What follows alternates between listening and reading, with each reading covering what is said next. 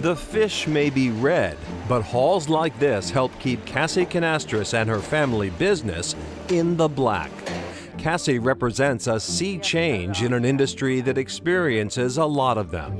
Young, educated, and born to a fisherman who didn't want her to join the family business.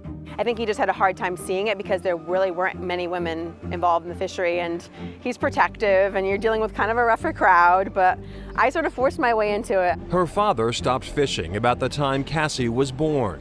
Frustrated with inconsistent prices for his catch, he and his brother opened New Bedford's first and only seafood auction.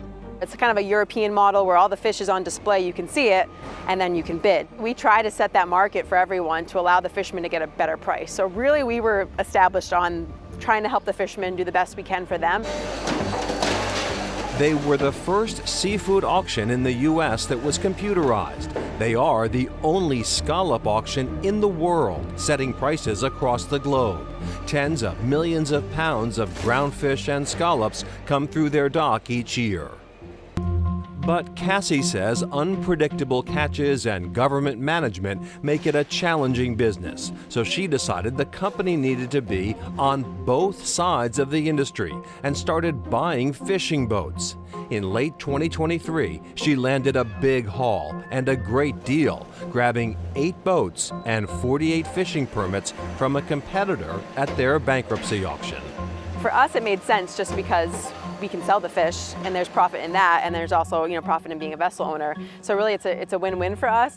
A win-win for the business, but also for women contributing to and changing the face of the blue economy. Progress for the industry and forward motion for the family enterprise. Love coming to work every day. It's not work to me. Maybe that's because it's a family business, so there's that level of pride, and I see how successful my dad and uncle were, and they really came from nothing and had really not a strong background in this. We don't come from a fishing family. They started it. So it's like, okay, they did something great. How can I make it better? So I think that motivates me. Cassie jokes that as a young girl, she thought her dad stopped fishing because she had been born and he wanted to spend more time with her.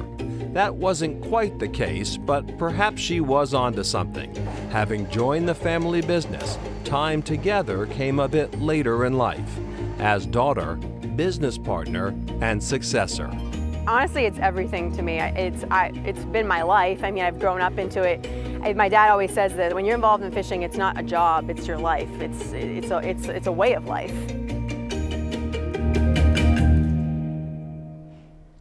And Cassie has taken the business to the next level, in part through education. A lot of education. She has her master's in marine science. She's working on her MBA as well. She's really taken the family business to a whole new level, and is really the next generation, right? Not just of that family business, but also of the fishing industry. That's Chronicle for tonight. Thanks so much for joining us, everyone. I'm Anthony Everett. And I'm Shana Seymour. We'll see you back here tomorrow night. Good night, everyone.